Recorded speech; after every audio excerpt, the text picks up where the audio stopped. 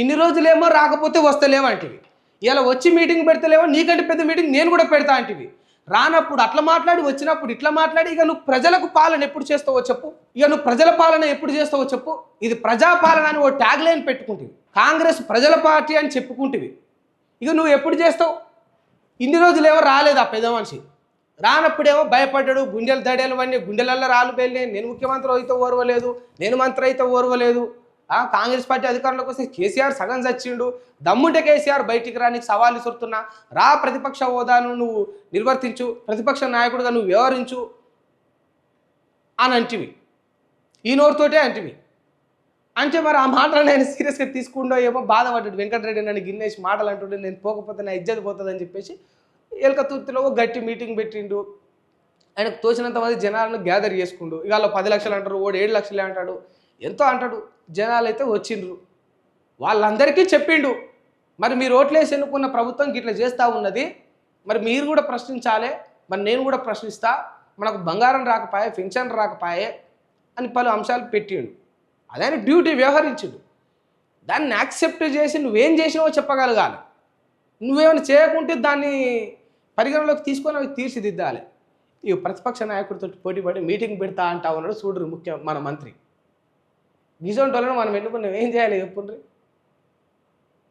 రారా అంటారు, ఇక వచ్చినాక మాట్లాడితేనేమో గిట్ల చేస్తారు. ఇది ఇది ఏమన్నా తెలంగాణ సమాజానికి మంచిదా? మరి మైండ్ ఉండి మాట్లాడతారా, మైండ్ లేక మాట్లాడతారా? మరి ఇసోటోళ్ళు మంత్రులు ఎట్లా అయ్యారో కూడా అర్థం కాదు. గ్రూప్ 1 నియామకాలపై అప్పీలు దాఖలు చేసిన టీజీపీఎస్సీ తెలంగాణలో గ్రూప్ 1 నియామకాలను తాత్కాలికంగా నిలిపివేయాలంటూ హైకోర్టు సింగిల్ బెంచ్ ధర్మాసనం జారీ చేసిన మధ్యంతర ఉత్తర్వులను సవాల్ చేస్తూ టీజీపీఎస్సీ అప్పీలు దాఖలు చేసింది. ఈ పిటిషన్పై సీజే ధర్మాసనం మంగళవారం విచారణ చేపట్టనుంది. గ్రూప్ 1 నియామకాల్లో అక్రమాలు చోటు చేసుకున్నాయంటూ కొందరు అభ్యర్థులు హైకోర్టును ఆశ్రయించిన సంగతి తెలిసిందే.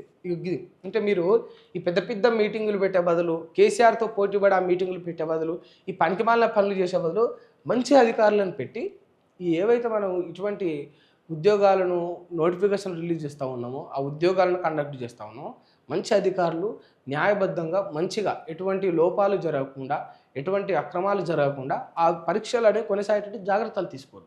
వాటి మీద కాన్సన్ట్రేషన్ చేయరు. ఓ ఎడ్యుకేషన్ మినిస్టర్ని పెట్టురు ఫస్ట్. ఆయన అంటుండు పైన ముఖ్యమంత్రి గారు, నాకు మా పైన ఉన్న సార్కు మంచి మైత్రి ఉందంటుండు. ఎటువా గిన్నె కదా అన్నది. ఇగో మాకు మా సార్కు మంచి మైత్రి ఉందన్నాడు. అంత మంచి మైత్రి ఉంటే ఓ ఎడ్యుకేషన్ మినిస్టర్ని పెట్టండి సార్. పెడితే అవకతవకలు జరగకుండా, అక్రమాలు జరగకుండా గడితికు దృష్టి పెట్టమని ఒక బాధ్యత అప్పగించండి. ఎంతైనా ఇప్పుడు ఎవరికైనా ఉంటుంది కదా, ఇంటికి పెద్ద మనిషి ఉన్నాడు అంటే ఒకలా ఉంటుంది పిల్లలకు, లేకపోతే ఇంకోలా ఉంటుంది. చూస్తూనే ఉంటాం కదా. అయ్యొస్తుండంటేనేమో బుక్కులు పట్టుకొని చదువుతారు, అయ్యలేడంటేనేమో ఏం చేస్తారు, ఫోన్లు ఒత్తుకుంటా, టీవీ చూసుకుంటా ఆడుతూ ఉంటారు. అది ఏ కుటుంబంలోనైనా జరుగుతుంది. ఎందుకంటే ఇంటికి పెద్ద మనిషి ఉంటే ఆ భయం బాధ్యత అట్లా ఉంటుంది. ఎడ్యుకేషన్ సిస్టమ్ కూడా అంతే కదా. నీ దగ్గరే పెట్టుకొని నీ పనులు నీ బీజీలోనే నువ్వు ఉంటివి. ముఖ్యమంత్రి అయ్యి నువ్వు ఇంకా మైత్రిల గురించి మాట్లాడబడుతుంది, సంబంధాల గురించి చెప్పుకోబడుతుంది. అటువంటి పరిస్థితిలో నువ్వు ఉంటివి. ప్రజాపాలన అంటివి ప్రజల గురించి పక్కనే పెడుతుంది.